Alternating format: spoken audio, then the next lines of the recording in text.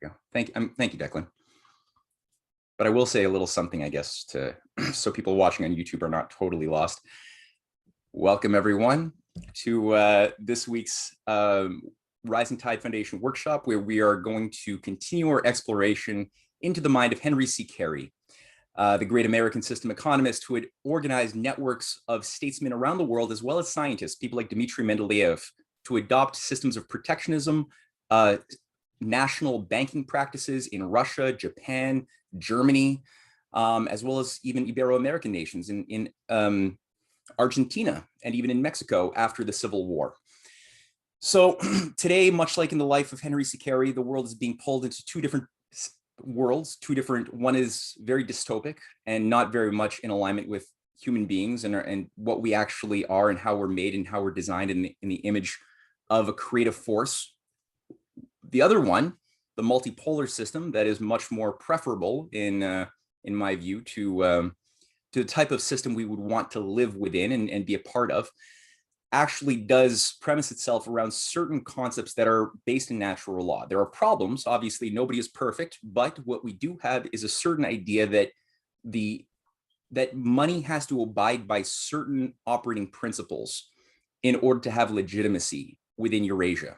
And the large-scale infrastructure, science, technology developments are unlike anything we've seen in the past century, in terms of $3.5 trillion of investments that have already been made into the Belt and Road Initiative, the new Silk Road, and the idea of creating an industrial renaissance, the ability to utilize energy and the means of production in order to sustain more life at a higher quality of existence, is a diametric opposition to the sort of ethic we see dominant right now in the collapsing neoliberal order. And just like this is not a new thing, if you go back into the times of Lincoln and Henry C. Carey in the 19th century, the terms and conditions of the two possible futures were very much similar, although the details were different. The British system of unipolarism being one option, or the multipolar order of win-win cooperation of the American system was the other. Unfortunately, after McKinley's murder, the world selected something more unipolar to go with. But despite that, the choice was still then available as it is today. So going into Henry C. Carey's writings is a fascinating exploration into the future as much as it is of the past. So today, Pascal, do you want to say a word or two about the document that you selected for us to look over? Okay. Actually, I don't really have much to say on this one, except, it's a fairly long paper. I think we should get going as fast as possible. But to remind people, like you did, Matthew, about what we've read last week, to understand that really this question of the two systems, two diametrically opposed system, one being the American system of national protective economy, and the other one being the British free trade system, is very important.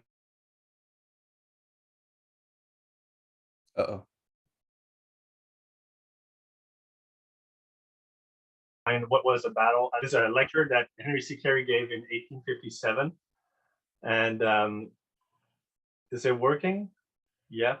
Mm-hmm. Oh, you want me to send it to? Okay, I'll send another copy elsewhere. Basically, before the Civil War happened, Carey is discussing money in different terms, and I think that's what I'm going to say for now. Okay. Cool. Yeah. Do you want to do the screen share? I'm sure we'll have a good discussion. Do you want to do the screen share on your side, or am I doing the screen share on my side? Can you do it? Yep. Okay, thanks. All right, here we are. So again, the question always is, let's not take anything for granted when we're thinking about the science of economy, including the issue of money and value, which a lot of people just presume money has value because people want it. but is that really satisfying? There's a lot of things that people want that are not necessarily good for them or society. So the question is, well, what actually gives value to money that such that we created this invention for what purpose? So any economist that's going to be, I think, let's say humanity is able to survive the coming storm or the storm that we're already in. And let's say we have a bright future because we have overcome the challenges facing our well, us, then economy will be treated and taught in a very different way than how it is currently taught in Yale, Oxford, and every other trickle-down university. And certain things will not be taken for granted, money being a key one. So I think with that, let's see how Henry C. Carey is introducing the question of money and value. Who would like to be, this is the first page of 27. They're not huge pages. Who would like to be today's first reader? Do we have anybody who's a volunteer? Well, I'll try. I've got my shingles and I can't speak as well, but I get sore, but I think I could do one page. All right, so Toby, try a page and then maybe we'll pick. But is it, can you make it a little bigger? Yes, I can. 1 second. Come on here. How's that? Is that okay, guys? Yeah. Okay. Money. The single commodity that is of universal request is money. Go where we may, we meet persons seeking commodities required for the satisfaction of their wants, yet widely differing in their demands. One needs food, a second clothing, a third books, newspapers, horses, or ships. Many desire food, yet one would have fish, another rejects the fish and seeks for meat. Offer clothing to him who sought for ships, and he would prove to have been supplied. Place before the seeker after silks, the finest lot of cattle, and he will not purchase. The woman of fashion rejects the pantaloons, while the porter regards her slipper as woolly, worthless. Of all these people, nevertheless, there would not be found even a single one unwilling to give labor, attention, skill, houses, bonds, land, horses, or whatever else might be within his reach in exchange for money, provided only that the quantity offered were deemed sufficient. So has it been in every age, and so it is everywhere. Laplander and Patagonian and almost the antipodes of each other are alike in their thirst after the precious metals. Midianites, merchants, paid for Joseph with so many pieces of silver. The gold of Macedon bought the services of Demosthenes, and it was 30 pieces of silver that paid for the treason of Judas. African gold enabled Hannibal to cross the Alps, and as that of Spanish America has enabled France to subjugate so large a portion of Northern Africa. Sovereigns in the East heap up gold as provision against future accidents, and finance ministers in the West rejoice when their accounts enable them to exhibit a full supply of the precious metals.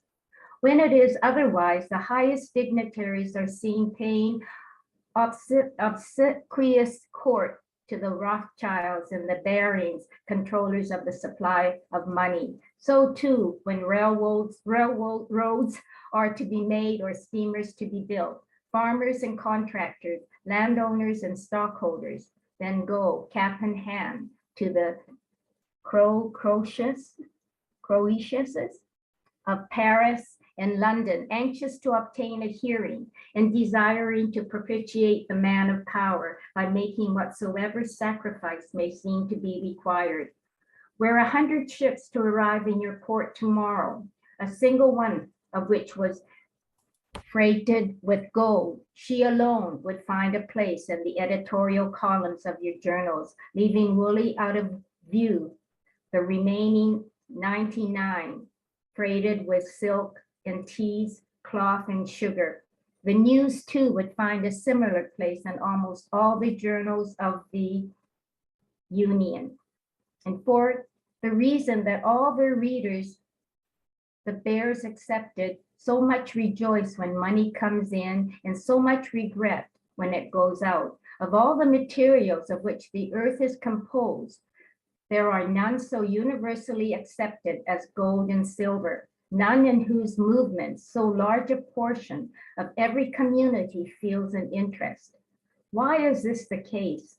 Because of their having distinctive qualities that bring them into direct connection with the distinctive qualities of man, facilitating the growth of association and promoting the development of individuality.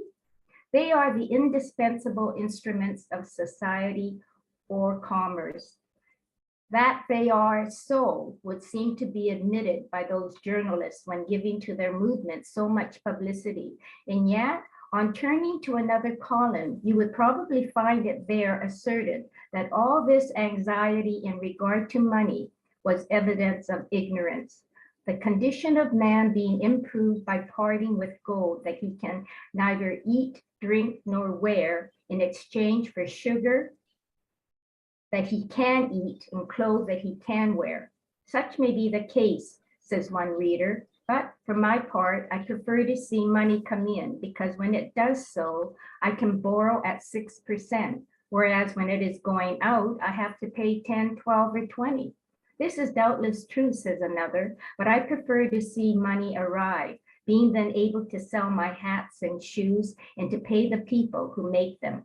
It may be evidence of ignorance, says a third, but I always rejoice when money flows inward, for then I can always sell my labor, whereas when it flows outward, I am unemployed, and my wife and children suffer for want of food and clothing. Men's natural instincts look thus in one direction, while mock science points in another. The first should be right because they are given of God. The last may be wrong, being one among the weak inventions of man. What is right, we may now inquire.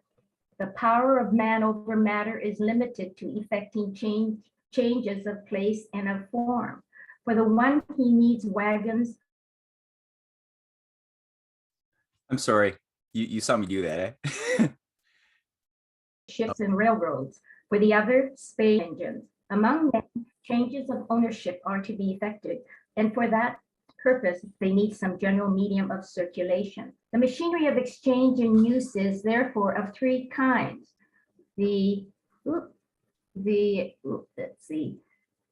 Of three kinds that require for producing changes of place, that apply for effecting changes of form, and that use for effecting changes of ownership. And were we now to examine the course of proceedings with regard to them, we should find it to be the same in all, thus obtaining proof of the universality of the natural laws to whose government man is subject. For the present, however, we must limit ourselves to an examination of the phenomena of the machinery of circulation. In the early period of society, man has lived to exchange. Satomi? Yeah. Hey, sorry, just quick, just because there's some really big ideas that I want to just have sit in the mind. Okay. The context to keep in mind is that again, this is what year, Pascal? 1857, you said? 57, yeah. Okay, so the reality of the Civil War is coming on fast. There's obviously an intensity to try to think about, can the Union be preserved? What about the rest of humanity? You know, if the Union fails, as Tsar Alexander II had observed, then that would give a lot of influence to the British Empire as the sole world government, the system that had spread itself around the world, enslaved China, Asia, you know, had worked very hard to destroy Russia through the Crimean Wars, and really had an outlook towards a system of a global priesthood controlled by a Malthusian science, right? The science of population control of Malthus was one of the core sacred cows of the British elitist governing system that was a pseudoscience. So this is the sort of thing, and a lot of the British economists, all of the British economists from the British East India Company that Henry C Carey is doing battle with, are trying to proclaim that there is a science of human controls called economy. People like Bentham, Ricardo, Mill, both Mills, but they're all Malthusian. They're all saying that to start the science of human economy and to build up your model, you have to assume that Malthus is absolutely right no matter what. They all kind of agree on that point, even though and then they have debates about the different branches, but they all agree in that they have the same rotten root. And Carey's point is always that these are not sciences. These are pseudosciences, if anything, as he calls them, right? And we have to now test them out to see, does human nature actually accord with these models, or are they in defiance of the obvious evidence of human nature?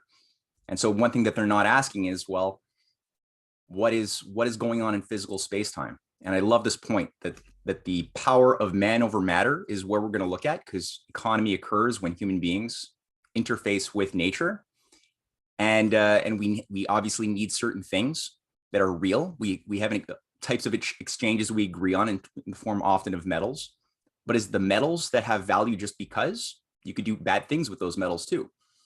As he gave the example of Judas, having accepted the 30 pieces of silver. But the idea of how things change is important, because he's like, obviously things change, but is it random? Is there an infinite different amount of types of change? Or are there quantized specific, types of change that we could identify? And I love that, what he does. It's very much like Vernadsky. Vernadsky's like, yes, there's change in nature, but what are the three types of changes that Vernadsky identifies as organizing all of nature? Remember that?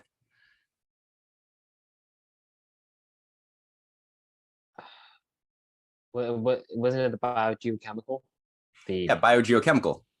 So what are the three phase spaces that Vernadsky had organized all of nature around?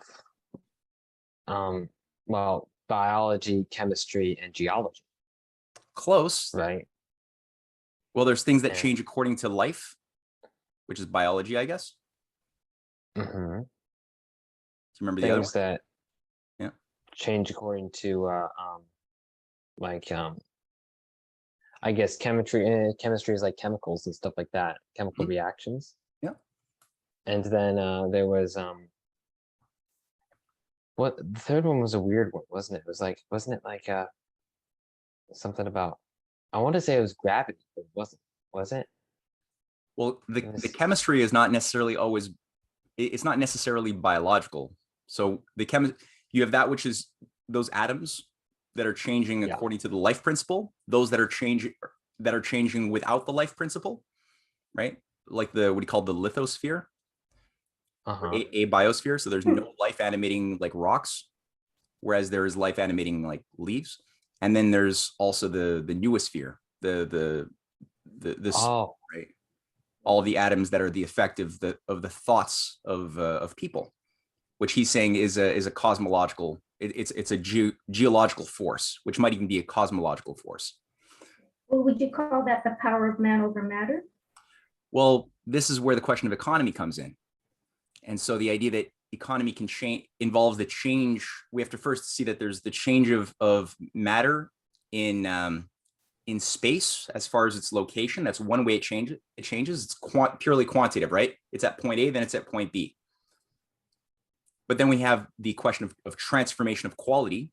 So there's things that go through transformations. Life changes things in ways that they don't change in, rocks might move according to the wind, but they don't really qualitatively change. Whereas when you look at molecules coming into life is changing the quality. We're seeing transformations happening right before oxygen comes in, out goes carbon dioxide, carbohydrates form when carbon goes in with oxygens and hydrogen, and many other things. But then also there's the additional question of a third type, which he's throwing out here too, that's specifically for human beings. So we have, again, the non-living, the living types of forms of changes, but then also you have what he says here is property as well, ownership of things. So. And the machinery of exchange. So just good to keep those 3 types of changes in mind. It's very important to building up our science of economy. If there is such a science, it'll have to involve an understanding that these 3 changes coexist and have to be, taken into account as we build up our system.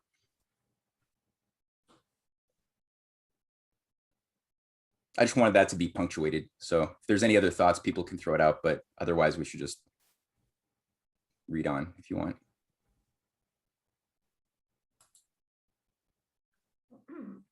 So what in the early period of society, Sure. Man has little to exchange, and there are few exchanges, those which are made being by direct barter, skins being given for knives, clothes, meat, or fish.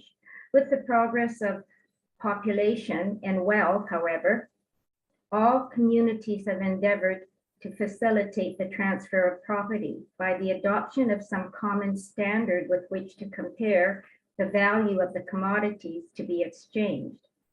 Cattle having thus been used among the early Greeks, while slaves and cattle, or living money as it was then denominated, were commonly in the use among the Anglo-Saxons. Wampum among our Aborigines, codfish among the people of New England, and tobacco among those of Virginia.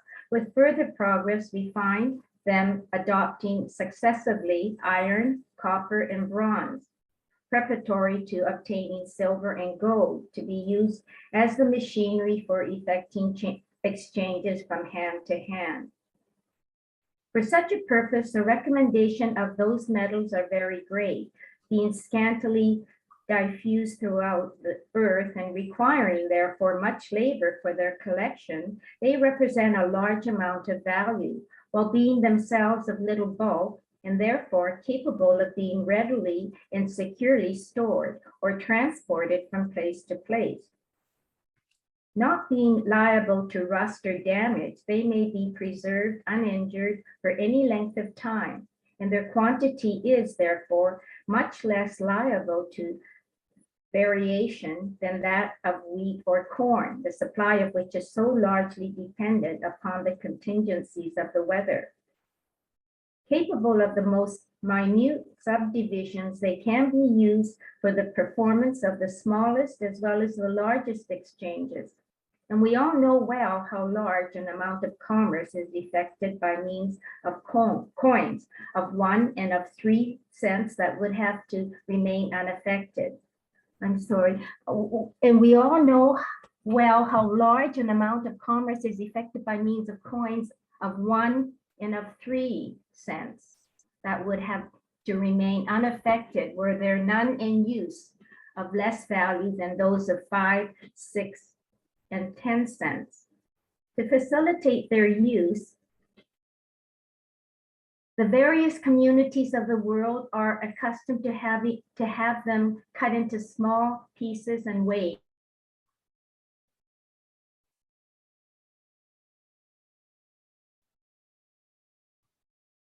Discern at once how much gold or silver is offered in its commodity he has to sell. But the value of the piece is in only a very slight degree due to this process of coinage. In the early period of society, all the metals passed in lumps, requiring, of course, to be weighed. And such is now the case with much of the gold that passes between America and Europe. Gold dust has also to be weighed. An allowance has to be made for the impurities with which the gold itself is connected. But with this exception, it is of almost precisely the same value with gold passed from the mint and stamped with an eagle, a head of Victoria or of Nicholas.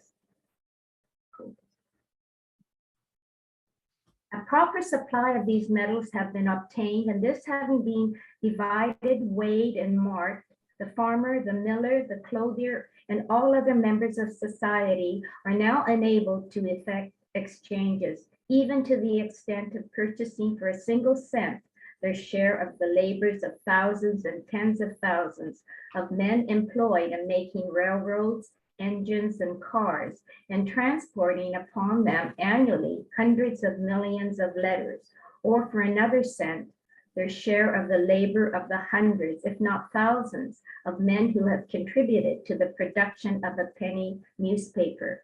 The mass of small coin is thus a saving fund for labor because it facilitates association and combination, giving utility to billions of millions of minutes that would be wasted did not a demand exist for them at the moment. The power to labor has been, that would be wasted, did not a demand exist for them at the moment. The power to labor had been produced. Labor being the first price given for everything we value, and being the commodity that all can offer in exchange. The progress of communities and wealth and influence is in direct ratio of the presence or absence of an instant demand for the forces, physical and mental, of each and every man in the community, resulting from the existence of a power on the part of each and every other man to offer something valuable in exchange for it. It is the only commodity that perishes at the instant of production, and that if not then put to use, is lost forever. We are all momentary, momently producing labor power and daily taking in the fuel by whose consumption is produced. And that fuel is wasted unless its product be on the instant usefully employed. The most delicate fruits of flower may be kept for hours or days, but the force resulting from the consumption of food cannot be kept even for a second. That the instant power of profitable consumption may be coincident with the instant production of this universal commodity, there must be incessant combination followed by incessant division and subdivision, and that in turn followed by an incessant recomposition. Ooh, that's really hard for me to digest. This is seen in the case above referred to where miners, furnace men, machine makers, rag gatherers, carters, bleachers, paper makers, railroads, and canal men, type makers, compositors, pressmen, authors, editors, publishers, newsboys, and hosts of others combine their effort for the production and market of a heap of newspaper that has at the instant of production to be divided off into portions suited to the wants of hundreds of thousands of consumers. Each of these latter pays a single cent, then perhaps subdividing it among half a dozen others so that the cost is perhaps no more than a cent per week, and yet each obtains his share of the labor of all of the persons by whom it has been produced. Of all the phenomena of society, the process of division, subdivision. Hey, Satomi? Hey, Satomi? Yeah. Hey, again, just very quickly, that's pretty good, I think, for most people, right? The idea of the combination and division and subdivision of processes that are simultaneously occurring in an economic process. Basic, simple concepts, right? Nothing too intricate here. But the idea that, again, for those who have looked at the Vernadsky work that we had read as a workshop over a couple of months, it's really useful because what these types of Platonic thinkers are all doing is they're training the mind to never judge anything by the surface appearance of it, but rather when you see something like a newspaper, or like Vernadsky does, he says, like when you see a bird, you're not seeing a bird, you're seeing a phosphorus machine, right? You're seeing something which is helping the phosphorus cycles move in ways that could not have moved in nature had it not been for the appearance of these new biological, you can call them technologies, that appeared. So every organism becomes more like a whirlpool of transformation of atoms and molecules in the ambient environment that moves through us, through breathing, food, and passes again through us, is transformed from within. And when the life principle ceases, it's kind of like that whirlpool in a liquid, it ceases, right? So we might still look like a bird, but it's dead. It's not cycling all of those processes. The metabolic power of transforming matter into energy for doing work is no longer there. But that's how the mind is seeing things that seemed for a naive person to be very straightforward. And it's like that when you look at a newspaper. You're not looking at the newspaper. You're looking at this hundreds, if not thousands, of laborers and of minds that went into producing the thing you're holding in your hand. So you're always looking at the process behind the surface of things that brought it into being. You're not looking at the thing itself as an effect or as a shadow. So it's just a useful thing to always hold in mind. You're always looking for what's causing the shadow to be cast. And that's where, you'll never see a lot of these things. You'll never see the idea itself. You'll see the idea's effects. At one point, we were ignorant of something, then we had a discovery, and now we had a new power. But you won't see the discovery. You'll see its effect. So we have to always see with our mind's eye. And that's what you're going to find Henry C Carey is always trying to tickle us into doing, right? To tease us into thinking in those terms. And it's much healthier when we do it that way. Yeah. Well, of course, who sees it that way? Yeah. Oh, we only see the newspaper. We buy it for a cent or whatever. Yeah, I know. It's a whole new way of, just your new, you've got to change your way of looking at things. Like, yep. What was that, Declan? When you're reading that, when she was reading that, I was thinking of actually Adam Smith's Wealth of Nations when he talks about the coat, right? Or like Milton Friedman and the pencil. And that's what I thought of. I know that Adam Smith is not really our favorite guy around here. No, but if he says a truthful thing, that's why don't discard it. Yeah, it's a truthful thing. well, that's why when I was reading that, I was just reading it and then trying to follow your mind with that whole process. It's you don't see it until you actually read it. Yeah, and so what's good is that, like, because even the great, like, let's say we're looking at the Great Reset crowd, like, look at the type of economic system they want to bring into being. Their criticisms are not necessarily always entirely wrong. Oftentimes you'll have a lot of these Schwabians saying, we need real world metrics to determine the behavior of money. And it's like, okay, yeah, sure, go on. Go on. How are you thinking about that? And they're simply saying, well, that that human beings, because they're Malthusians, must always abide by the limits to our existence that are there at one given moment in time. He doesn't allow for the idea that there is something within us that can leap beyond the current limits by making discoveries and inventions that allow us to uplift and increase the productive powers of society. Whereas the Henry C Carey type school is very different. So they're not just looking at what is behind the surface of things, but also what allows us to transform qualitatively the process of production, which we're going to see more and more of, promise. But there's that additional function of how systems themselves change. And then they call themselves the progressives. Yeah, then they all that. Yes. Do you think these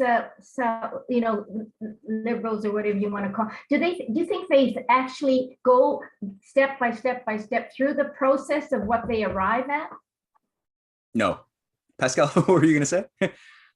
Yeah, I was going to point out that he used the example of the book beforehand, just the page before, when he talks about the sheet of paper, right? He says, well, the sheet of paper has a certain value, but when you put a lot of them together and you bind them, right, that has a more value.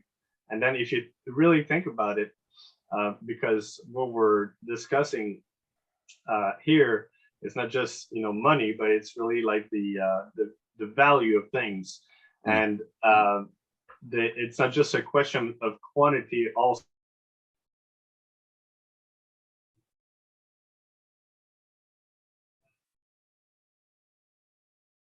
fact a totally different order.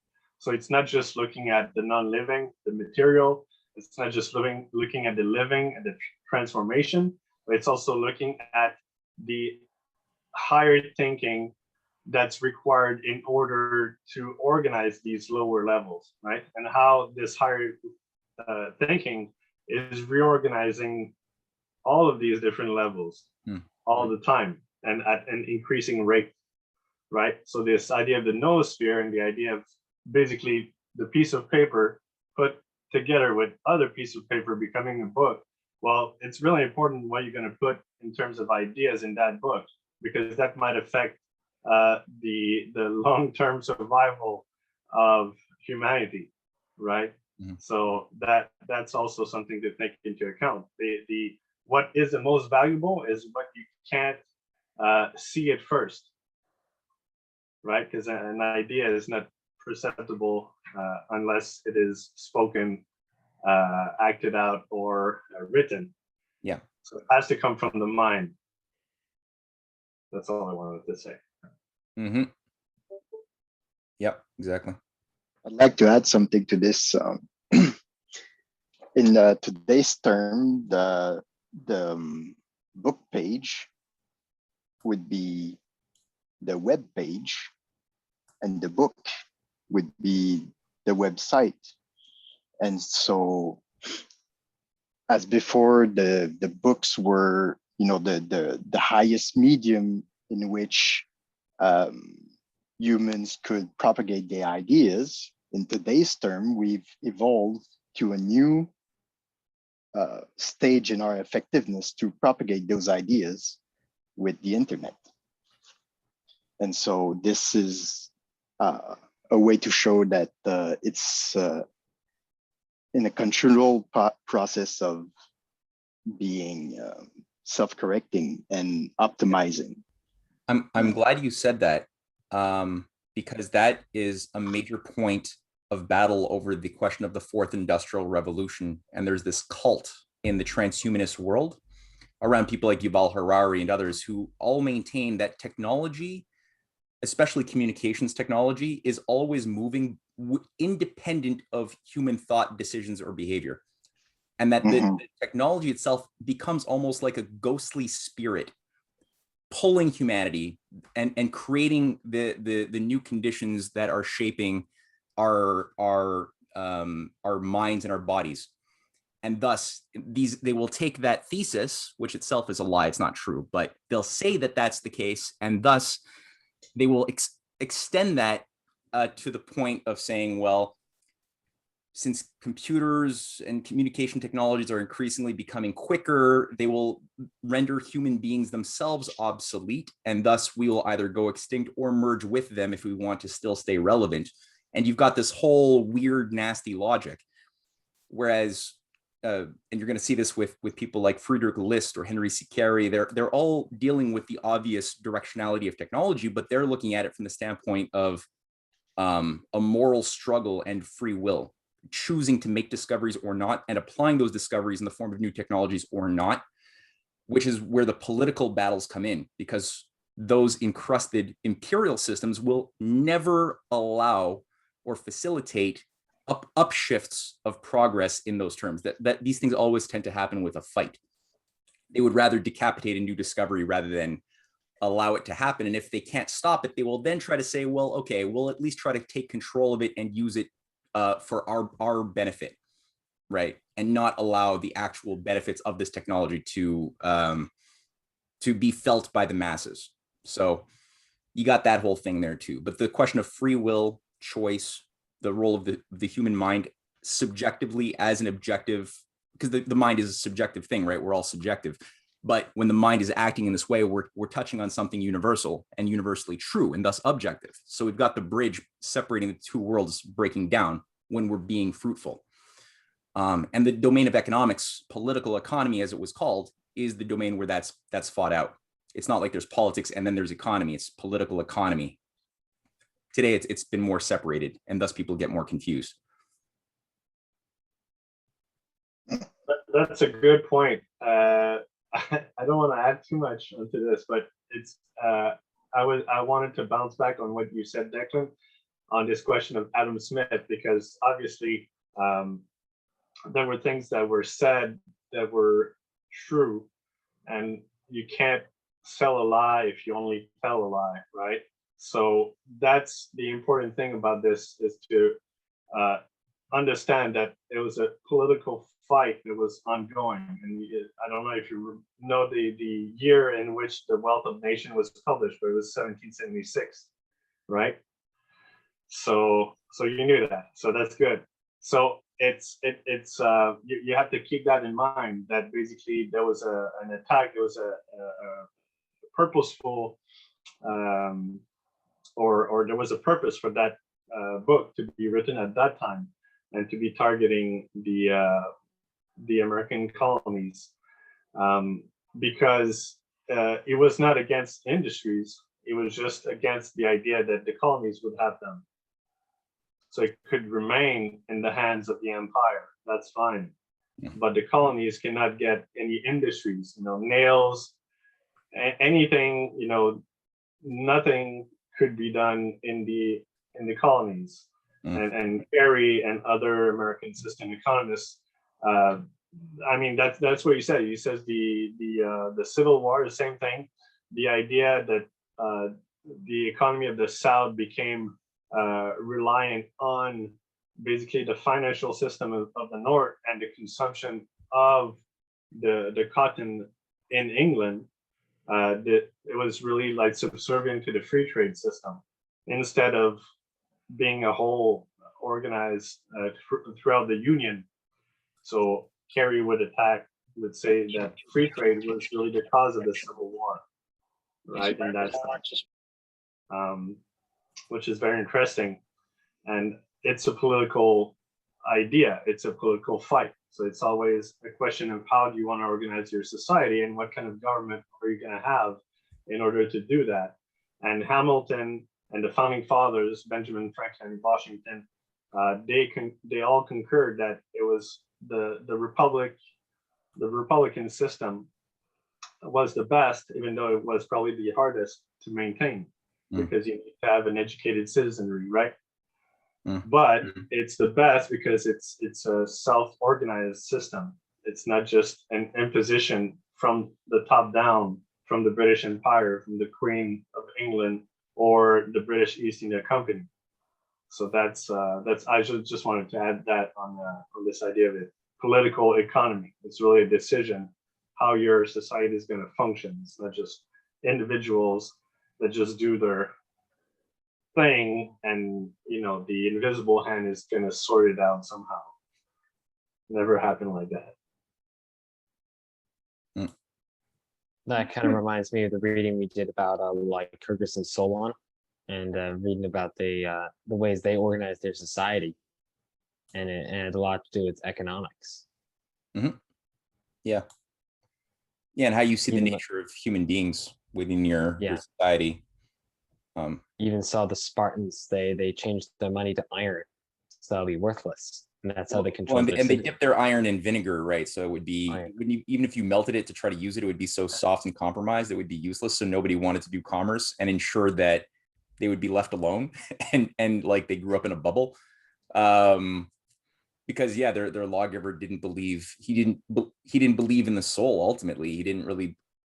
Or at least he didn't believe that the soul was good. He didn't believe that human beings were actually good if you let them develop and discover their true faculties. He didn't have that faith. So he was more of a behaviorist in that sense, whereas Solon had that faith. And when you give people the freedom to, when you give them freedom, you obviously run the risk of giving them the freedom to make mistakes, and sometimes those mistakes can get really bad, but that's part of the process, right? If you're a parent, you got to let your kid make mistakes, but hopefully we can create a culture of wisdom so that people learn from their mistakes and don't just repeat them. That's still up in the air with our current society.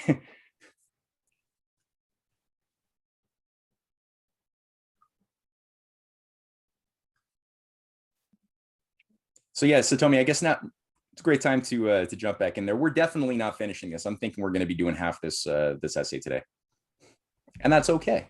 That's okay. Where should I begin? I believe you stopped. Did you make it to the end of this paragraph? How about go with "we are all moment." No, you already read that. How about "of all the phenomena of society"? Okay, of all the phenomena of society, this process of division, subdivision, composition, and recomposition is the most remarkable. And yet, being a thing of such common occurrence, it scarcely attracts the slightest notice. Were the newspaper above referred to partitioned off into squares, each representing its portion of the labor of one of the persons who had contributed to the work, it would be found to be resolved into 6, 8, or perhaps even 10,000 pieces of various sizes, small and great. The former representing the men who had mined and smelted the ores of which the types and presses had been composed, and the latter, the men and boys by whom the distribution has been made. Numerous as are these little scraps of human effort, they are nevertheless all combined, and every sheet and every member of the community may, for the trivial sum of 50 cents per annum, enjoy the advantages of the information therein contained, and as fully as he could do had it been collected for himself alone. Improvements in the mode of transportation are advantageous to man, but the service they render when compared with all their costs is very small. A ship worth $40,000 or $50,000 cannot effect exchanges between men at the opposite sides of the Atlantic to an extent exceeding 5,000 or 6,000 tons per annum, whereas a furnace of similar cost will effect the transmutation of 30,000 tons weight of coal, ore, limestone, food, and clothing into iron. Compared with either of these, however, the commerce effected by the help of $50,000 worth of little white pieces representing labor to the extent of 3 or 5 cents, labor by which by their help is gathered up into a heap and then divided and subdivided day after day throughout the year, and it will be found that the service rendered to society and economizing force by each dollar's worth of money is greater than is rendered by hundreds, if not thousands, enjoyed by manufacturers, or tens of thousands in ships or railroads. And yet, there are able writers who tell us that money is so much dead capital, being an important portion of the capital of a country that produces nothing for the country. I don't understand that. Like, I don't know what he's comparing. Like, maybe we can, talk about that after, but. No, I mean, it's worth taking a moment. So he's making all these comparisons, but I don't see the, I think every one of them is important. Well, they're all important. But I think the question is, well, here, let's just reread that last little bit here, because I think that's really where it comes in. So let's go from compared, because it was all pretty easy. And I think it was the big meaty idea just came in at the last part of this paragraph. So let's just reread that here.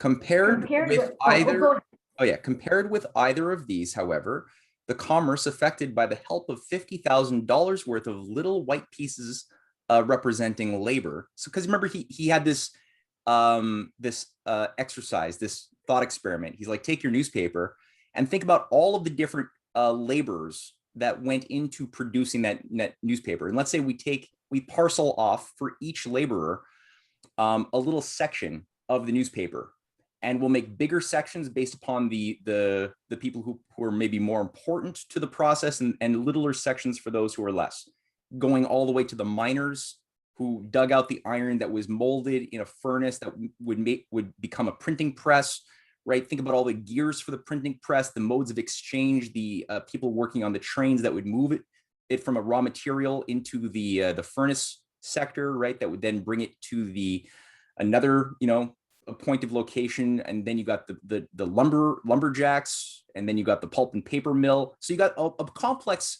process, and all of the individual laborers in varying degrees are participating. So he's like, okay, you got your newspaper. Let's say we got about 12,000 different little chunks that is represented by all of these different laborers, right? It's just the thought experiment. That's all it is.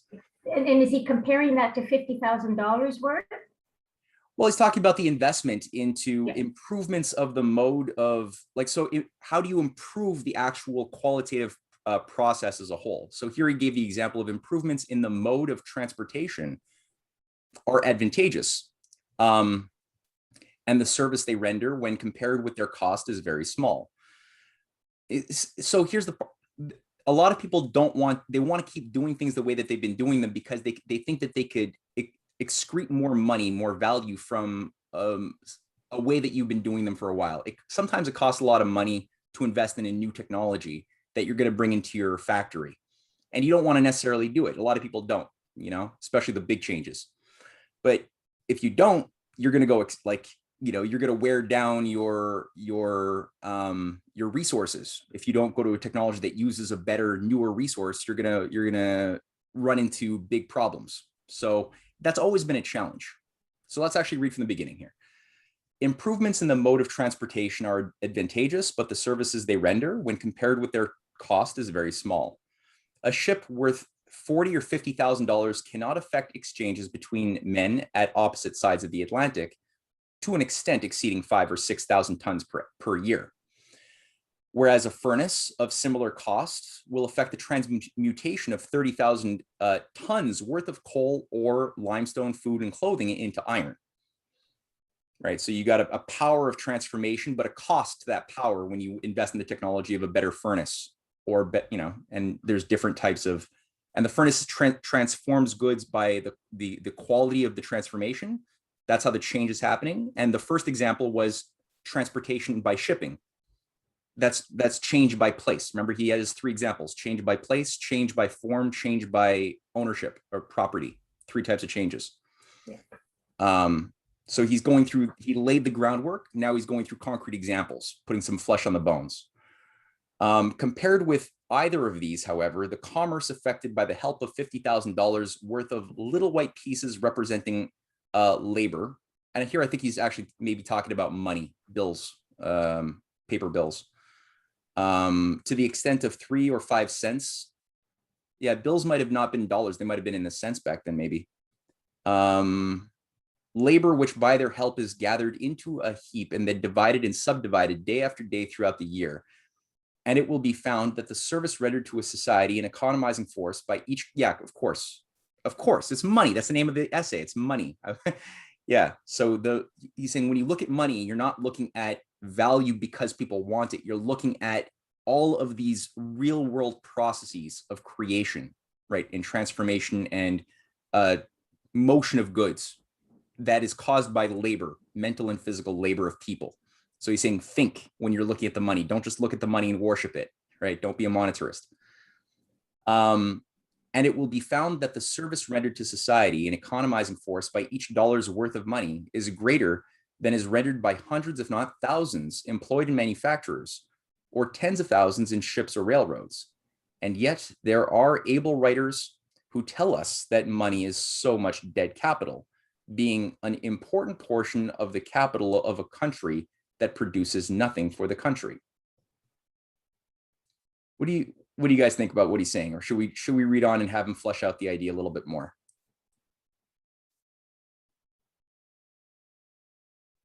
So I think Quan has a. Oh, go ahead. Quan, was that? Yes, I think here he's trying to speak in the way of a 19th century man. Maybe the 3 functions of money. Because money, of course, is a means of exchange, that's obvious, but it's also a standard unit of exchange and a storage of value. And it's another way, it's maybe another technical way to say exactly what you just said, Matt, meaning that by itself, money doesn't produce anything really useful. And that's the first part of the essay. okay, was talking about food, the clothing, fashion, and so on, which are things which are nearer to us because they satisfy needs or desires. And after the 4th to the 5th paragraph, he was tackling step by step those three functions of money. And that last paragraph, when he says that it doesn't produce anything for the country, it has to be linked with the first 5 paragraphs, meaning that one is a unit of value, it's a storage of value, and is a mean of exchange, meaning that once again, it's about the circulation of the economy. Industrial economy, which is the real physical economy, has to be made to move through the machine, through a circulation machinery named money. Okay, precisely the subject of that paper. Mm-hmm. Yeah, I think you're right, Juan.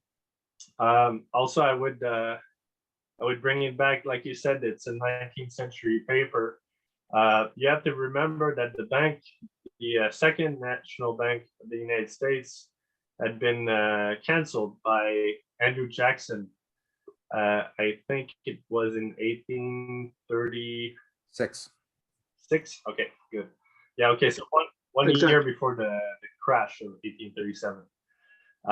And so exactly. At the time, that this paper by Carey is written in 1857, you no longer have a national banking system really in effect. Like, obviously, you see the effects of the national banking system still to a certain extent in the organization of the country, but there's no principal organ. It's all been kind of decentralized.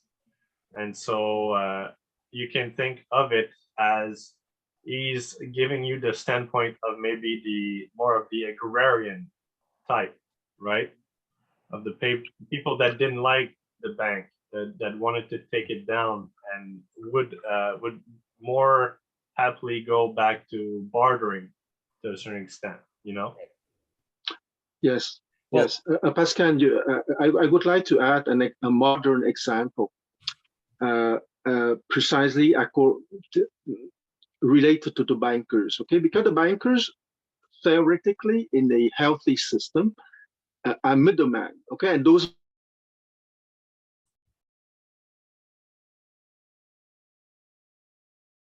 of course, it's legit. When the middleman is taking all the place, that's the monetarist theory, which is more a rentier mentality, or to be less polite, a parasite mentality, contrary to the physical economy. And I finish in 30 seconds with a modern example in India, where when the cell phone has been propagated in India, the Indian peasant, for the first time of their history, were capable to have access directly to their buyers through the cell phones, rather than going through the middleman, who took a big advantage of their position of middleman. And that is precisely a very striking modern contemporary example of the parasitic middleman, that when he has been eliminated by a machine of modern technology, the cell phone, liberated the Indian peasants from their domination. Mm-hmm. Yeah. Right. Yeah, I would just add. Yeah, that's good. Go ahead. Yeah, I was just gonna say one thing that Carey is also trying to get people to think about is the question of economizing force, where there's an economy of labor, right? The idea of true progress is that you're always able to, if you do things wisely, you can get more by doing less. And more doesn't just mean more quantity; it also means more quality. in a healthy way. If you're thinking about it from a purely quantitative standpoint, you're just trying to, put more slaves on the plantation to produce more cotton. It's a quantitative thing. From the standpoint of what Carey's saying, he gave the example of investing in a better ship or a better furnace.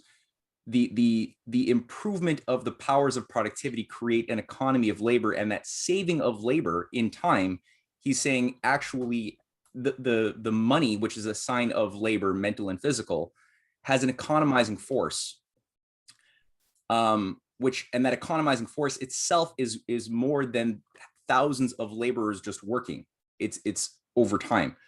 So there's this additional factor of improvement, of perfectibility, which has to be there in the metrics of, are you doing things right or stupidly, as somebody planning, what type of investments you're going to make as a society going into the future. Are you going to increase, right, the amount of labor, like look at windmills, solar panels. If we have Green New Deal spread out all over the world, you're going to be increasing the human manpower and getting less production out of your work. If you do things in another way, you will be able to have fewer laborers physically working, but getting a lot more and also better quality product out of your labor. It'll be a different effect, right? So that's also something, the economy of nature, the economy of labor is very important as a guide to your decisions in terms of economic decisions. And it's not just having the gold, it's what is this paper currency doing? Because Carey is a supporter of renewing the national bank, the idea of having a credit system based upon the increase of the productive powers of labor. That's what Lincoln was doing with the greenbacks. So it's good to keep that in mind too. Would you consider like debt capital being money that is not in circulation, like, money that flows is, a better, it's alive money, kind of like that circulation? Well, here the middleman is controlling the economy, because the rentier mentality is precisely to flood the market with too much money, because the first definition of inflation, okay, is an inflation of the monetary mass. Okay, that's the first definition of inflation, and not increasing in prices. And they use it in order to decrease the capability of people to buy real things. But since they control the money-making machine, they would use that fake money to buy real assets, because they understand perfectly what Carey explained to us. But because they have the control of the money-making machine, the game is rigged in their favor. Right. Thank you. All right, let's push on and see where he takes this. Somebody else want to read for a little bit? Sure. Cool. I can do a little bit if you want, or anybody. Is that okay? Yeah. Okay. All right. Money as money, says an eminent economist, satisfies no want, answers no purpose. The difference between a country with money and a country altogether without it would, as he thinks, be only one of convenience, like grinding by water instead of by hand. A ship as a ship, a road as a road, a cotton mill as a cotton mill, in like manner, however, satisfies no want, answers no purpose. They can be neither eaten, drunk, nor worn. All, however, are instruments for facilitating the work of association, and the growth of man in wealth and power is in the direct ratio of the facility of combination with his fellow men. To what extent they do so, when compared with money, we may now inquire. To that end, let us suppose that by some sudden convulsion of nature, all the ships of the world were at once annihilated, and remark the effect produced. The ship owners would lose heavily. The sailors and the porters would have less employment, and the price of wheat would temporarily fall, while that of cloth would, for the moment, rise. At the close of a single year, by far the larger portion of the operations of society would be found moving precisely as they had done before. Commerce at home having taken the place of that abroad. Cotton and tropical fruits would be less easily obtained in northern climes, and ice might be more scarce in southern ones. But in regard to the chief exchanges of a society like our own, there would be no suspension even for a single instant. So far, indeed, would it be to the contrary, that in many countries, commerce would be far more active than it had been before. The loss of ships, producing a demand for the opening of mines, for the construction of furnaces and engines, and for the building of mills, that would make a market for labor, mental and physical, such as had never before been known. Just so people are aware, he's taken a direct shot at the British maritime control of shipping internationally here, because they have the control of the seas, right, and all of the global choke points, and everybody thinks that that's how you have to stay as a player in the great game of 19th century globalization. And building rail, it's costly, it's expensive. We can make more money just by having little factories on our coasts that we export to the British markets. So he's taking shots directly there. It's good to hold that in the mind. And in Kwan's term, they are the middlemen. Yes, exactly. Exactly. Let us next suppose that the ships had been spared, and that all the gold and silver, coined and not coined, mined and not mined, were annihilated, and study the effect that would be produced. The reader of newspapers, finding himself unable to pay for them in beef or butter, cloth or iron, would be compelled to dispense with his usual supply of intelligence, and a journal would be no longer printed. Omnibuses would cease to run for want of sixpences, and places of amusement would be closed for want of shillings.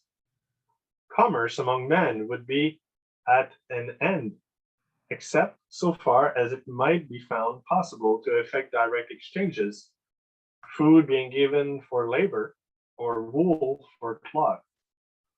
Such exchanges could, however, be few in number, and men, women, and children would perish by millions because of inability to obtain food and clothing in exchange for service. Cities whose population now counts by hundreds of thousands would, before the close of a single year, exhibit hundreds of blocks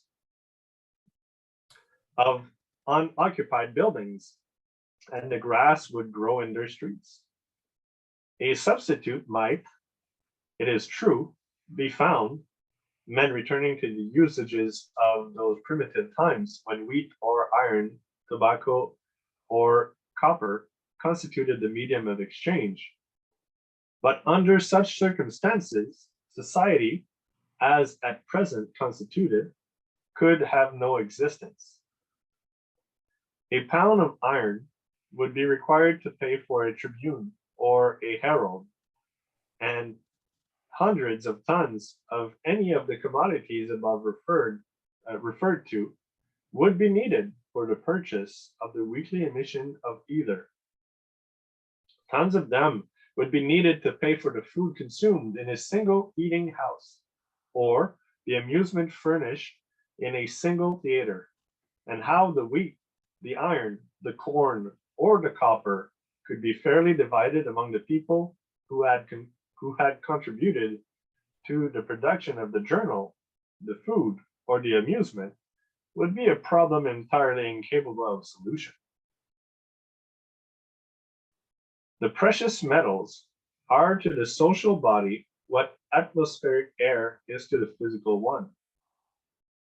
Both supply the machinery of circulation, and the resolution of the physical body into its elements when deprived of the one is not more certain than is that of the social body when deprived of the other.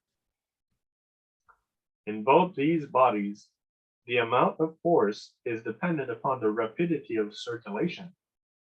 That it may be rapid, there must be a full supply of the machinery by means of which it is to be effected.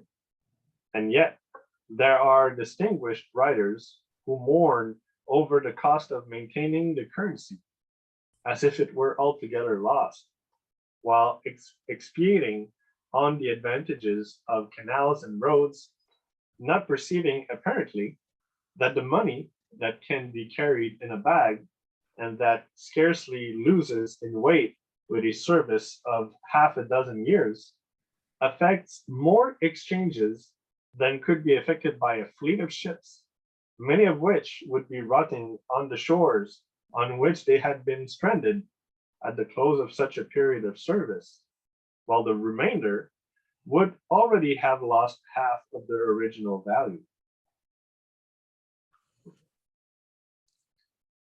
Of all the labor-saving machinery used, there is none that so much economizes human power and so much facilitates combination as that known by the name of money. Wealth, or the power of man to command the services of nature, grows with every increase in the facility of combination. This latter growing with the growth of the ability to command the aid of the precious metals. Wealth, then, should increase most rapidly where that ability is most complete.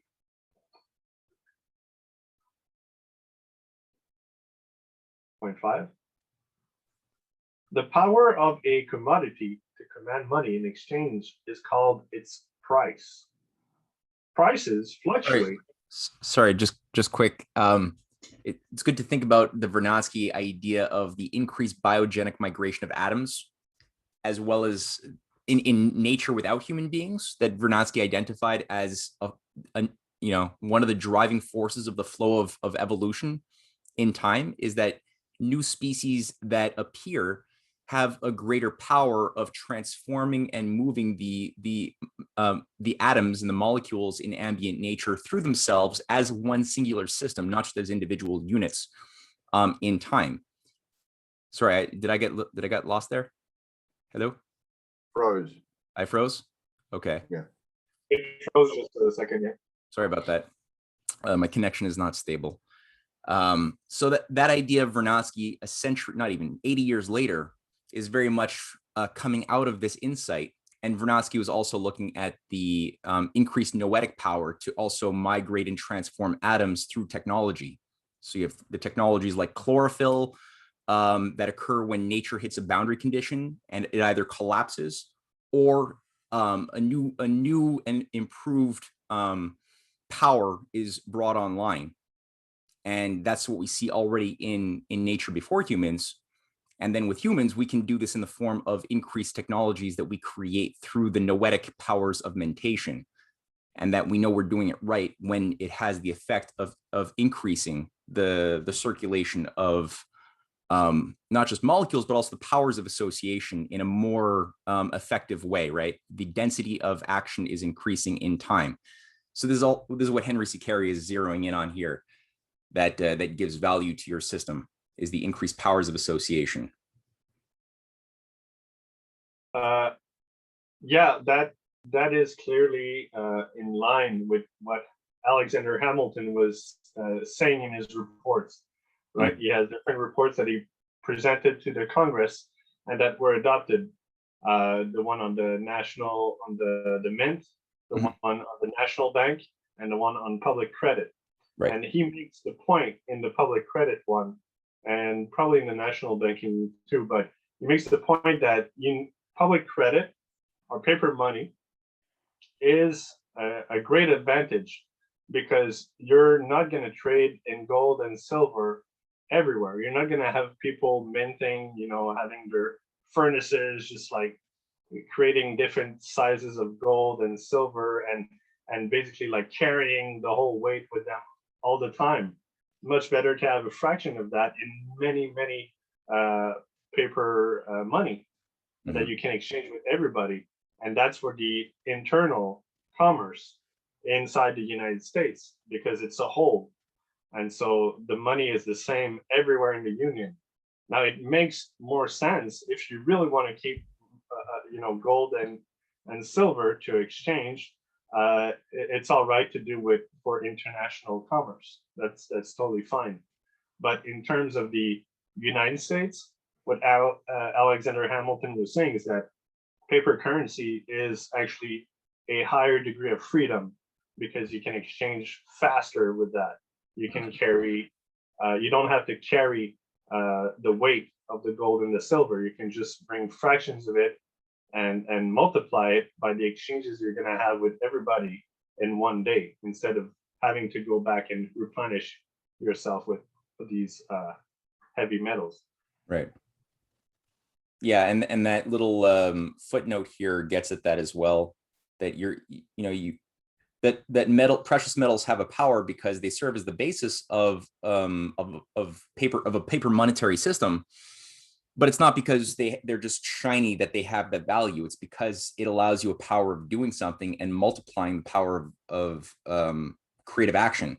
So as he gives it as a concrete example, he says here, like, because some people want to get rid of money entirely. They're like, we have technology, we have production, we have industry. Let's just, entirely just go on that sort of thing. And it's like, well, okay, but how are you going to organize society if you just don't have money? And that's one of the lines that he's trying to tackle.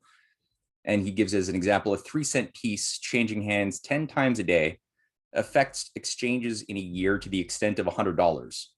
Or if we take both sides of the exchanges to that of $200, so the person buying and selling, 2,000 such pieces costing $60 to produce them, I guess, in the mint, exchanged in circulating bread at home, are capable of maintaining a greater amount of commerce than can be maintained by a ship that has cost $30,000, engaged in effecting exchanges between the producers of cloth in Manchester and tea in China. So just to put in proportion, right? You can actually, if you're thinking about developing a national economy and getting off the addiction to British maritime goods that travel halfway around the world, for British free trade, globalization, you can actually stimulate much more creative work and jobs just through having paper money, but it has to be organized by concrete principles. You can't just have it grow in an inflationary way either. That's not good.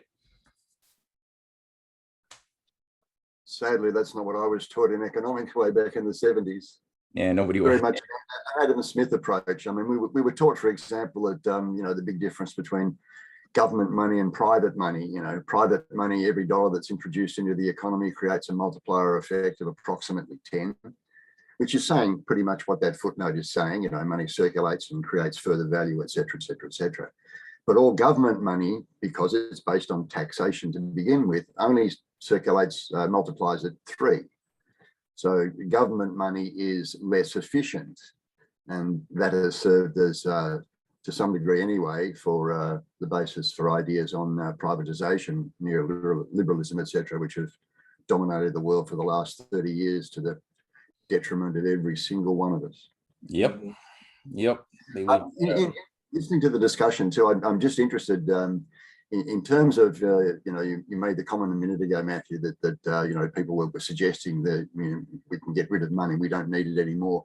It brought back a memory of, again, childhood, early adulthood, when I was studying economics and watching Star Wars. And I remember I used to get caught up in discussions sometimes with fellow students, like in Star Wars, Star Trek, not Star Wars, there was no money. There was, everybody was essentially doing what they wanted to do for the benefit of society. The rewards were less tangible and physical, if you like. But I don't recall, after watching many episodes of the show, any prominent discussion as to what the basis to that system was. It was just assumed. Yes, Paul, you forget that in Star Trek, you have a machine called the universal transformer. You just say, I want a coffee, I want a kilo of gold, and the machine will do, and it will appear in front of you. So once again, the game is rigged in Star Trek. Yeah, exactly. I mean, there were things like that, but you never saw any. I mean, you did occasionally in some of the episodes where they ended up on, you know, weird planets or whatever, where maybe there was a primitive farming community or something like that. So there was some element of realism in some of the episodes, but essentially the whole basis of the way in which everybody on board the Enterprise was functioning and working, et cetera, was not monetary at all. And as I say, there was no real explanation. There wasn't a continuity. I remember I forget the name you just quoted. I remember the machine. Go press a button, you can have anything you want in terms of sustenance. Yeah, but Star Trek is a new Western mythology because it's an utopia. It's a time in the future where we will all be aristocratic men motivated by discovery, inventivity, and creativity. Oh, look, it's the ultimate utopia. We'll all be eating algorithms for breakfast, lunch, and dinner. Yeah, exactly. Yeah. Well, Paul, you would have to create the universal transformer. Yeah. Is that true, Kwong? Did they have a universal, or did you make that up? No. It was like a No, it's part of the Star Trek mythology. Okay, that they reach the high level of civilization, and they got that universal transformer. And people are only motivated by discovery and creativity. Okay, so by Platonic definition, humankind will be formed only by aristocratic persons. Okay, so that's why I call it the ultimate Western mythology, replacing the Platonic dialogues to a certain extent at the popular level. Well, I mean, I never thought, you're right. You never think about how they, money was never a subject. I never actually, it never dawned on me. So thank you so much for that. Well, when you have such a machine, what is the use of a unit of storage of value, a standard unit of value, and a means of exchange? It doesn't have any sense with such a machine.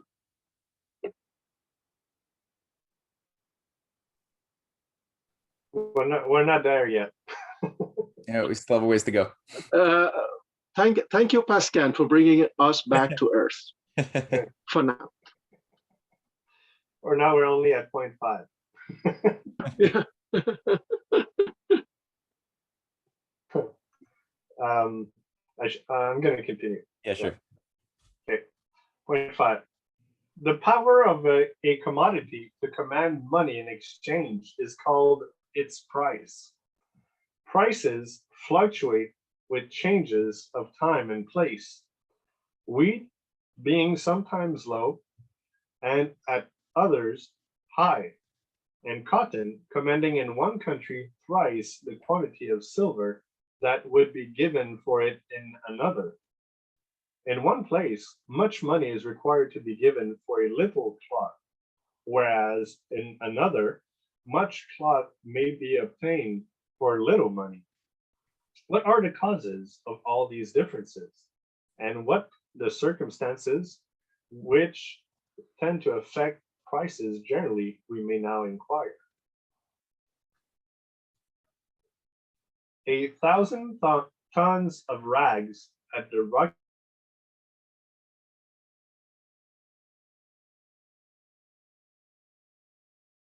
smallest conceivable size. A quire of paper would command a piece so large that it would weigh 1 ounce. Passing thence eastward, and arriving in the plains of Kansas. Their relative values, measured in silver, would be found so much to have changed that the price of the rags would pay for many reams of the paper. Coming to St. Louis, a further change would be experienced, rags having again risen and paper having again fallen. Such, too, would prove to be the case at every stage of the progress eastward, the raw material steadily gaining and the finished commodity losing in price, until, at length, in the heart of Massachusetts, 3 pounds of rags would be found to command more silver than would be needed for the purchase of a pound of paper. The changes of relation thus observed are exhibited in the following diagram. All right. It's got paper and Raw rag. materials. Mhm. Yeah, you want to pause? No, yeah. So these are the distance, right, from the point of consumption in Massachusetts and the amount of travel. So that which one is the? Oh, right. The price of paper is going down as it gets closer to the point of consumption in Massachusetts.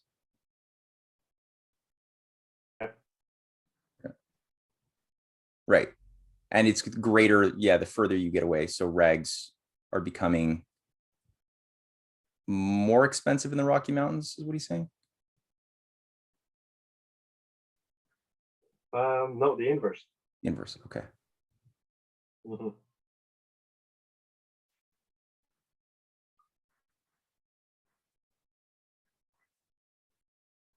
Saying the raw materials are expensive, but the finished products are becoming cheaper all the time. Right, okay.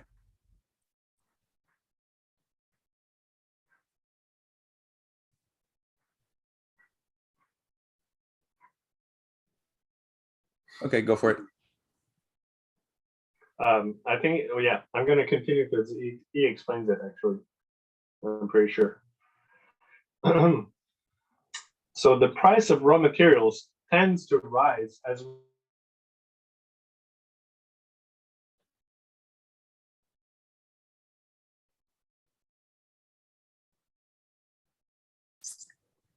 Oh, did we? for obtaining power to direct the forces of nature to his service. The prices of finished commodities move in a direction exactly opposite, tending always to decline as those of raw materials advance. Both tend thus to approximate, the highest prices of the one being always found in connection with the lowest of the other, and in the strength of the movement in that direction will be found the most conclusive evidence of advancing civilization and growing commerce. That all the facts are in entire accordance with this view will be obvious to those who remark that cotton is low in price at the plantation and high in Manchester or Lowell, whereas cloth is cheaper in Lowell than it is in Alabama or Louisiana. Corn in Illinois is frequently so cheap that a bushel is given in exchange for the silver required to pay for a yard of the coarsest cotton cloth. Whereas at Manchester, it is so dear that it pays for a dozen yards. The English farmer profits doubly, obtaining much cloth for his corn, while increasing the quantity of corn by help of the manure that is furnished by his competitor of the West. The latter loses doubly, giving much corn for little cloth, and adding thereto the manure yielded by the consumption of his corn, to the loss of which is due the unceasing diminution of the powers of his land. Looking backward in time, we obtain results precisely similar to those obtained in passing from countries in which associated men are found, and in which, consequently, wealth abounds, to those in which they are widely scattered, and in which they are, therefore, weak and poor.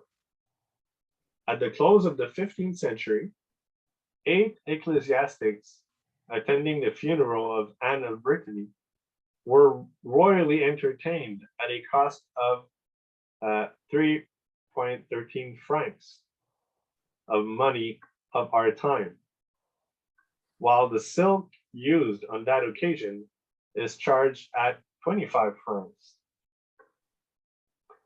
The same quantity of silk could now be purchased for less than a franc and a half, a sum that would be entirely insufficient to pay for a single dinner.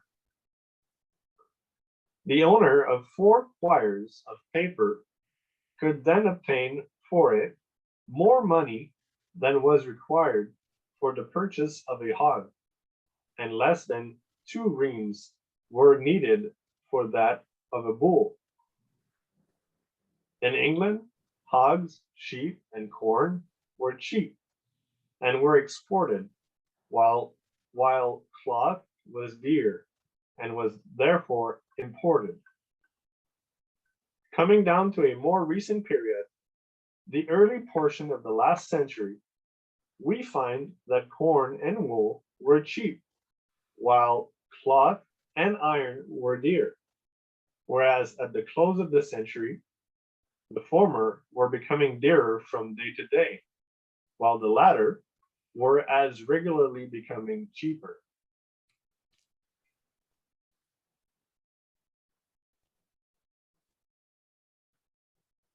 Number 6.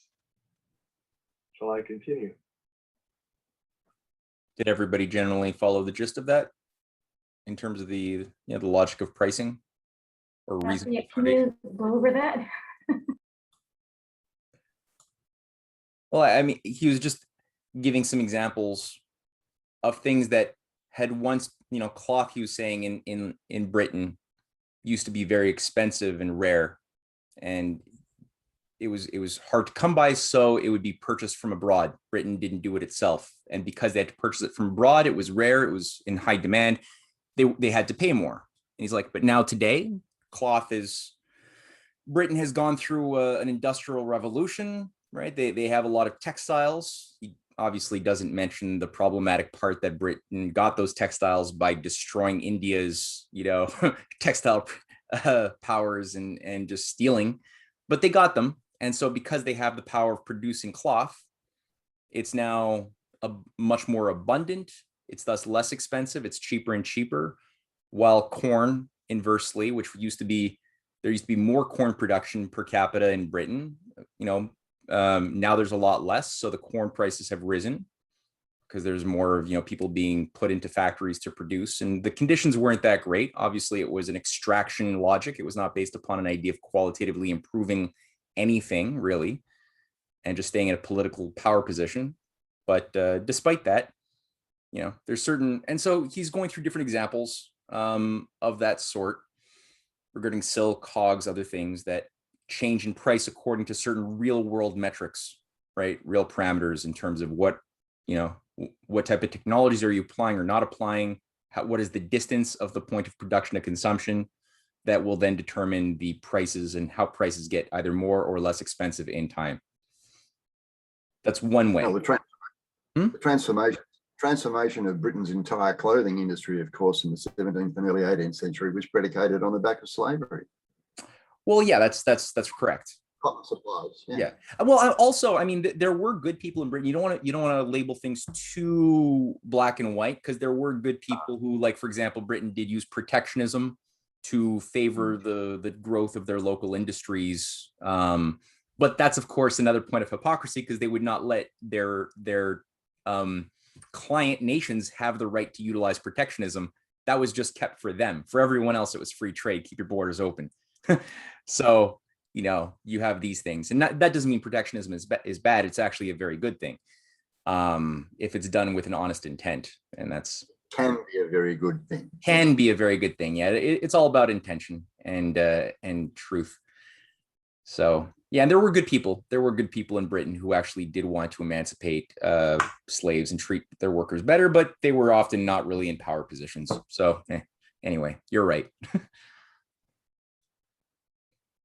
I was just making the point that a lot of the impetus for change that's being described here, you know, from one century to another, can sometimes be random, incidental, etc., etc. But you know, in terms of Britain's cotton industry or clothing industry, generally, slavery did play a very, very big part as an impetus to that.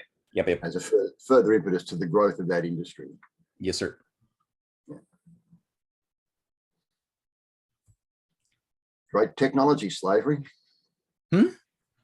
It's a great technology, slavery. So well, the sophist will try to spin an argument to, I guess, yeah. Push Fair that. enough. Gosh, we have hardly any kind of production anymore then, you know, like, you know what I say? We don't produce anything anymore. Yeah, well, we were told that we now live in the information society. We do information and ideas. We don't have to do things that are productive anymore. Other people do those dirty things that we used to do. So we're the white collar society That works at Starbucks. that works at Starbucks. Yeah. Wow, the plutocrats hoped that they would maintain a superiority in the weapon industries, but they were seriously disappointed by that hope. They could have maintained a certain industrial development if they were truly serious in that weapon industry, but they reached to a level of degeneracy at such a level that even their plan to maintain that superiority is failing. Practical example, the F-35, of course, which is a total embarrassment for them.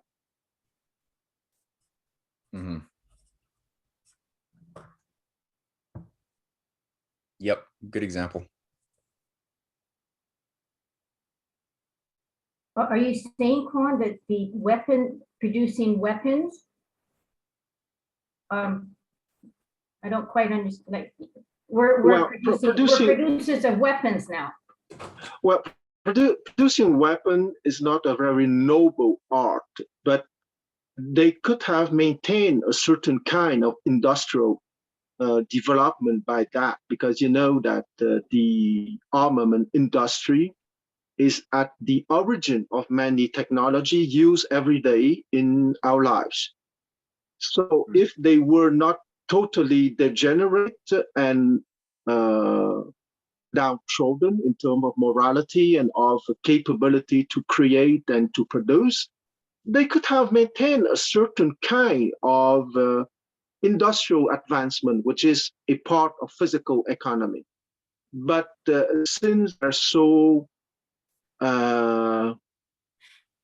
rotten, they're not even capable to maintain that part of their plan. Yeah, okay. I would say, I'm just looking at the time. It is almost 10 o'clock. And we have reached part 6, which introduces now still pricing, but on raw materials and some other bigger ideas. This will be a large section of our paper. So I think this would be a good spot to stop today's reading. And it looks more and more like this is going to be 3 readings, which is good because frankly, this is not something we could just, we had this ideal that we were going to get this over and done with in one reading session. And that would be the case if we just didn't stop and think about some of these very dense ideas, which do require a little bit of discussion and unpacking. So let's, I think we'll stop it here for tonight. I guess we can keep going for discussion for another few minutes. who would like, I got a question actually. Who would like to do a little 5-minute summary of the essentials, not everything, but the essentials of what we read in the first 8 pages next Wednesday? Do we have any takers? Jonathan, how do you feel about doing the summary? Yes, I attempted next week, God's willing, yes. Yeah? All right. Yes. I also have a question. I don't know if I read in too much into it, but I'm kind of getting that theme from this reading here that local production, or more or less commercialism within the borders of the country, should be more pushed first for development of a final product or commodity, in more preference than just depending on exchange abroad. You know, like use the existing resources for internal development firstly, and then it would be preferred to do that than just simply have a raw material and export it. You know, I don't know if that is one question I have. And I think also we had to consider human psychology in the marketplace. Like, for example, with this corn, like the whole cycle of corn, at one point in period of time, you have corn at a low price in England, and then it goes up in the next part of the century. I think it's all based on like the drive for profit, or the drive for having a more sound business model. So like if farmers planting corn and they realize that, you know, the profit margin has been low, maybe we should invest the existing capital that we have in maybe another crop rather than corn, you know. And maybe this have a part to play, human psychology have a part to play in this whole market process of where the prices go, of course in tandem with the whole precious metals. Because from what I see in the one of the pages before, talking about the whole idea of precious metals, it talking about that economic energy. To me, that is the store of energy, and this exchange, rapid exchange of these precious metals, it gives the economic force of that is much more greater than having a ship just exporting your raw materials away, or whatever commerce you get from that. Because these coins could be traded for a long period of time, and the economic energy and the economic force from these transactions have a big benefit to society. So it's much more deeper than just, you know, and that's where money velocity comes in. You know, the more money exchange hands, you have more growth, or and so forth. You know, I was just thinking out, those thoughts came to mind. Yeah, Again, you have an economic system. The theory of economics that I was taught, again, Adam Smith and all of that, was predicated on the idea that rather than do what you're suggesting, developing a local economy to the highest pitch that it can for the local economy, you had, you know, questions of productivity, the law of comparative advantage, et cetera, where basically you specialized. You know, somebody next to you, your neighbor, might have the same raw materials, but they had cheaper labor costs. So you would allow them to produce whatever that raw material was used for, import for them, and then find another area that you had where you had a comparative advantage, whereby you could produce something, let's say, again, at a lower cost, higher profit, and exchange would be made that way. It's totally based on quantitative approaches to economics and not qualitative approaches to economics. But that was the foundation of all the you know, 3 years of economics that I did. Yeah, exactly. Yeah. That's what in this book that I have here, Frederick List. It's the I'm pretty sure it exists in English. He wrote it after when he started writing it when he was in the United States, while he was studying the American system, and explaining it to the Americans at the same time, or explaining the difference between the British and the American system to the American public. And he discusses, there's a chapter, the second chapter here is the question of the theory of productive forces versus the theory of value. And the theory of value is the one that you were explaining, Paul, where Adam Smith is more concerned about exchanges of things, whatever things they are, you just exchange them. And that's going to create wealth. That's where the wealth of nations, right? That's it. Yeah. Wealth is from the exchanges, but it's not really concerned about the quality of these exchanges, or if you're just exchanging the same thing time and time again. So the productive forces, the idea of productive forces is really how you increase the power of labor, and basically not just by specializing, but by having like a well-rounded economy that suffices for itself. So in that sense, the United States as like an economic bloc, right? Not necessarily blocking any exchanges with anybody else, but basically being able to produce what is required in a sufficient manner. Alexander Hamilton, in his report on manufactures, explains it in this way, where he says, basically, it doesn't make sense. It wouldn't make sense even if the British had a comparative advantage to produce bullets and gunpowder. It would clearly not have made sense during the American Revolutionary War to purchase from them, because they would not have sold it to us. Right? Yeah, for sure. Yes. And look at it today. It goes to it goes again to politics, okay? Because Jonathan, what you said at the beginning, for me, the central key concept is sovereignty. Because if you don't have sovereignty, you cannot decide to prioritize certain sectors that would be in your favor. There's a name for that. It's called protectionism, because protectionism is a dirty word nowadays. But I think that protectionism, when it's well thought, it's on the contrary the basis of national sovereignty. Yeah, and it's also worth also keeping in mind that one of the Western nations developed their economies, for crying out loud. Yeah. How they all exactly. But one thing to keep in mind too, that's an interesting thought experiment, since it's an anomaly for a lot of people, and I know it was difficult for me to wrap my mind around until a little while ago. But Russia, China, the Eurasian Economic Union are also working on creating these various big free trade zones, right? The regional cooperation zone in the Asian region. You have there's so many of these things, right? And if you read Hamilton, he himself is not like religiously committed to protectionism.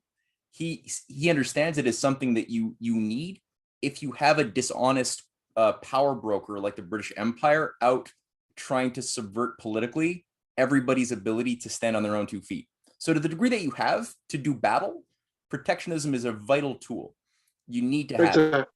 To the degree that you actually have an honest intention to create real wealth amongst participating countries, free trade can be good, which is why free trade works within the United States and amongst the various states under the Union, but it didn't really work if you extended it to dishonest players like the British East India Company, Or in the case of Germany, that was the Zollverein. It was unifying all the different diverse German provinces under Frederick List's Hamiltonian reform and creating free trade within, but a protective tariff from the outside to keep them strong in battling this monster.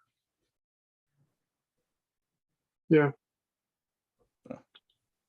Matt, I would also ask, in addition to the sovereignty required for protectionism, wouldn't all the participants in the marketplace, for value to be created in a qualitative manner rather than just quantitative exchange, you also need the participants to have a firm understanding of how their participation in these markets is to a benefit of society, and like actually have a moral compass to guide those decision makings within those transfer exchanges, or else is not going to be effective or maybe not going to work. I don't know if there's a factor to consider. Yeah, man, dude, that's like exactly what Pascal was saying at the beginning, that, you know, republic is the best form of government, even though it's the most difficult to maintain because of what you just said.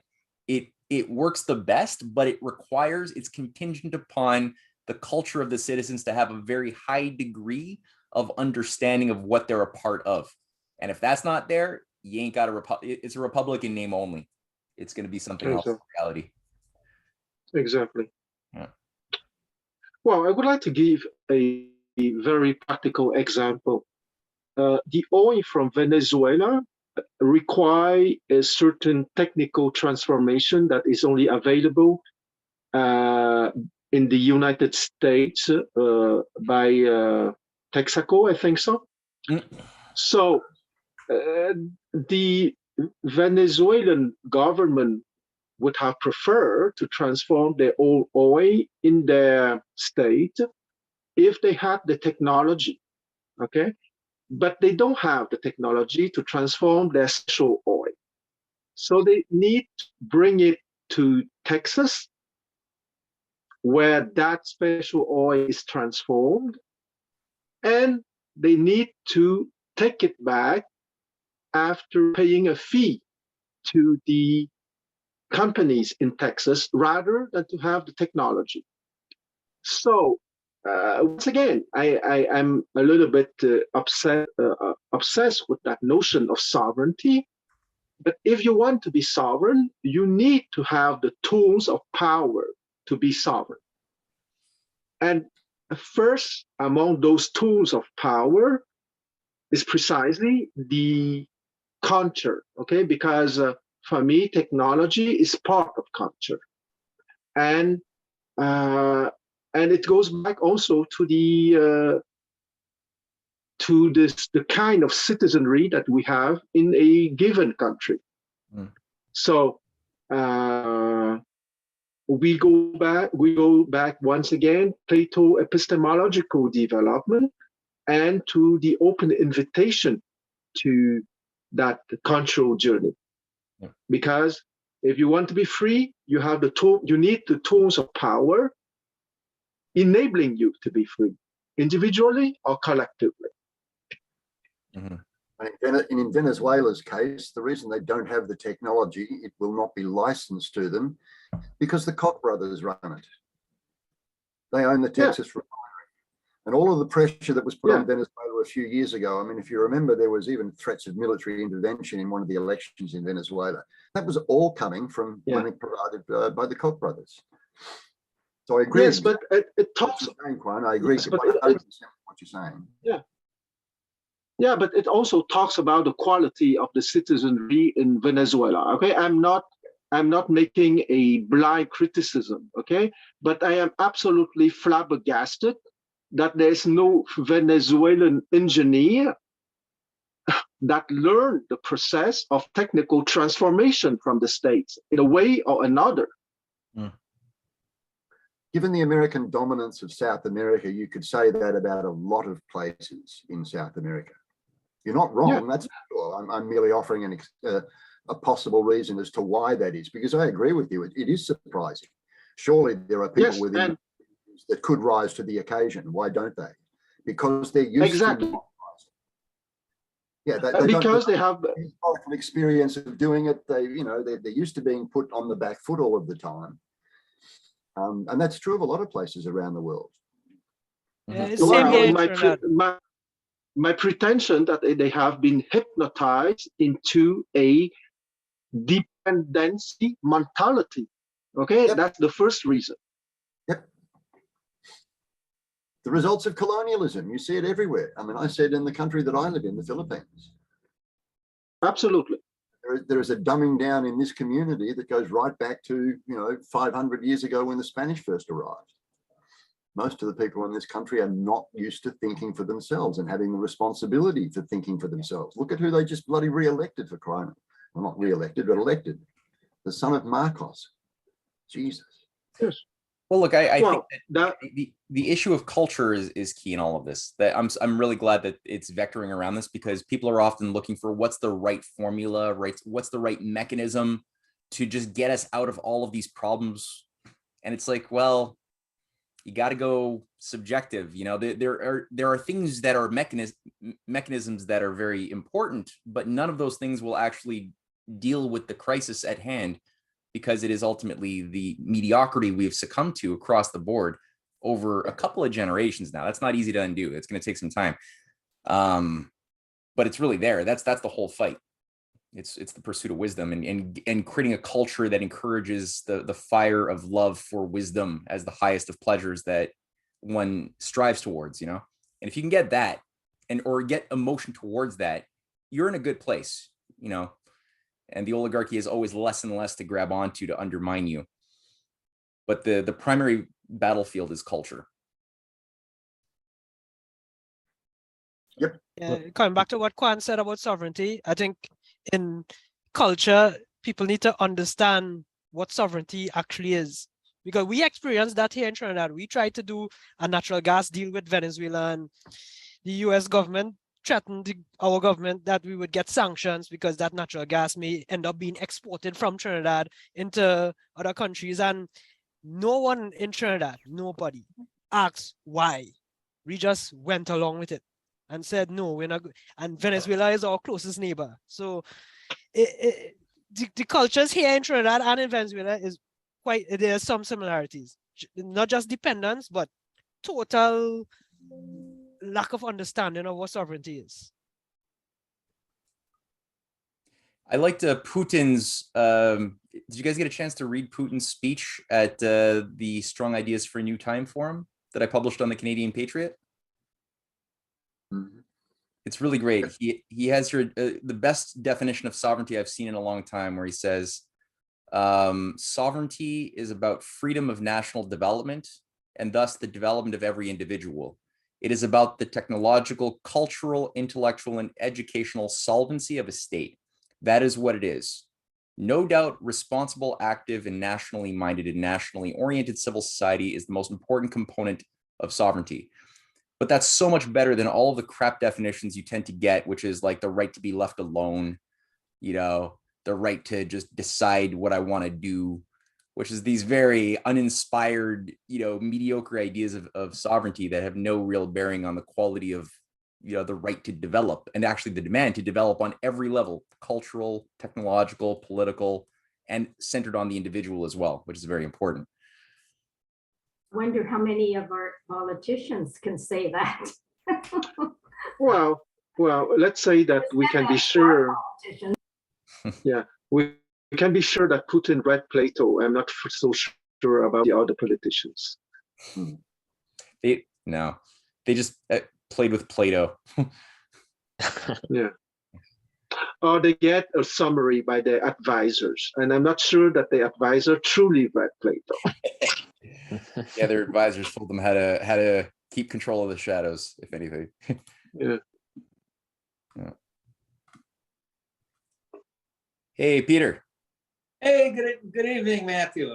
Good evening. I had a late day today, and I checked in late. Thanks for calling me.